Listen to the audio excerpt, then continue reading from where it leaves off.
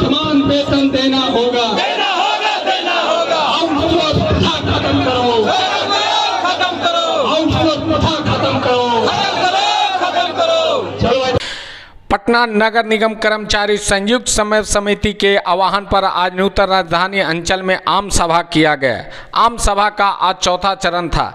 सभा को संबोधित करते हुए अध्यक्ष चंद्र प्रकाश सिंह ने कहा कि एक सफाई मजदूर की निगरानी रखने के लिए पर्यवेक्षक से लेकर आयुक्त 10 तक लोग रखे हैं, लेकिन वेतन देने और उनके कष्ट का समाधान की चिंता किसी को नहीं है। सरकारी कर्मियों का समतुल्य 10% वेतन वृद्धि नगर निगम कर्मियों का होना चाहिए। प्रवक्ता जितेंद्र कुमार ने कहा कि दैनिक मजदूर का स्थायीकरण और आउटसोर्स कंपनी को नगर निगम से बाहर कर उनके कर्मियों को निगम कर्मियों में समायोजित किया जाए।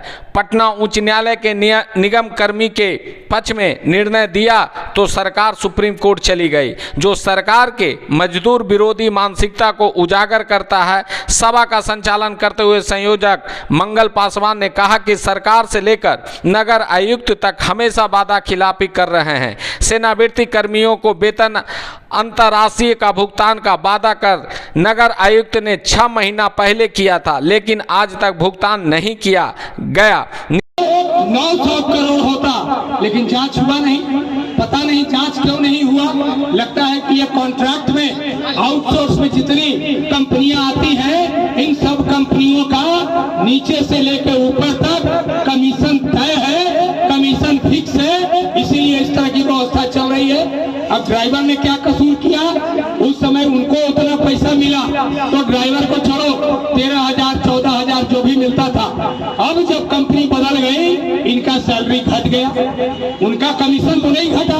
कौन है आउटसोर्स एजेंसी का कंपनी जो गाड़ी का सफाई करता है, गाड़ी का सर्विसिंग कराता है, गाड़ी का मेंटेनेंस कराता है?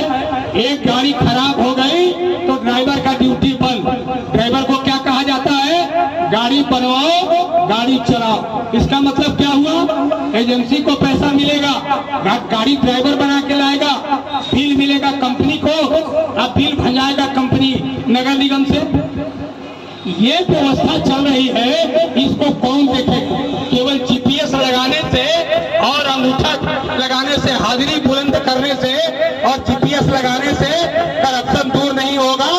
जब यहाँ आदमी को बैठा बैठा के पैसा वसूला जा रहा है तो कैसे बदलाव होगा, कैसे स्थिति चलेगी? इसलिए दैनिक मजदूर हो, आउटसोर्स कर्मचारी हो, हम लोग आउटसोर्स को खत्म करने का बात कर रहे हैं। इसलिए करप्शन का मुद्दा उठा रहे हैं कि अगर नगर निगम में पूरे लोकल बॉडीज में अगर सबसे ज्यादा चोरी है, सबसे ज्यादा बेईमानी है, तो आउटसोर्स में बेईमानी है। इसलिए आप लोगों को लड़ना पड़ेगा।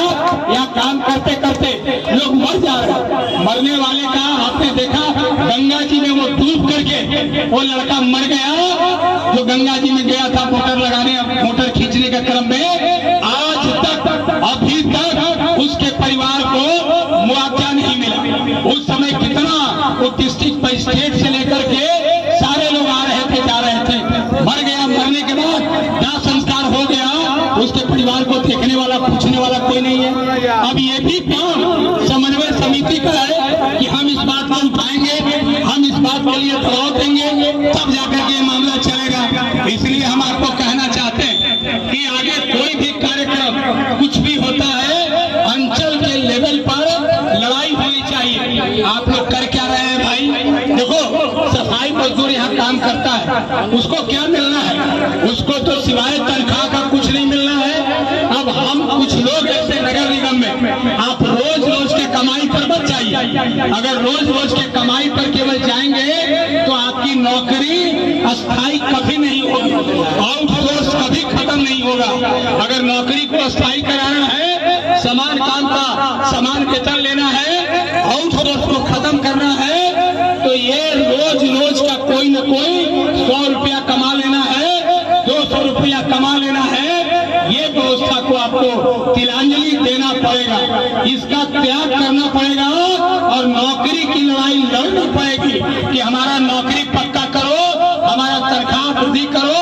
अरे मैंने अभी बोला, एक दैनिक अब आउटसोर्स का तो ऐसे भी पैसा साल में बढ़ेगा नहीं, जो फिक्स हो गया वो 3 साल का कॉन्ट्रैक्ट हो, 2 साल का कॉन्ट्रैक्ट हो, जो फिक्स हो गया सो फिक्स हो गया।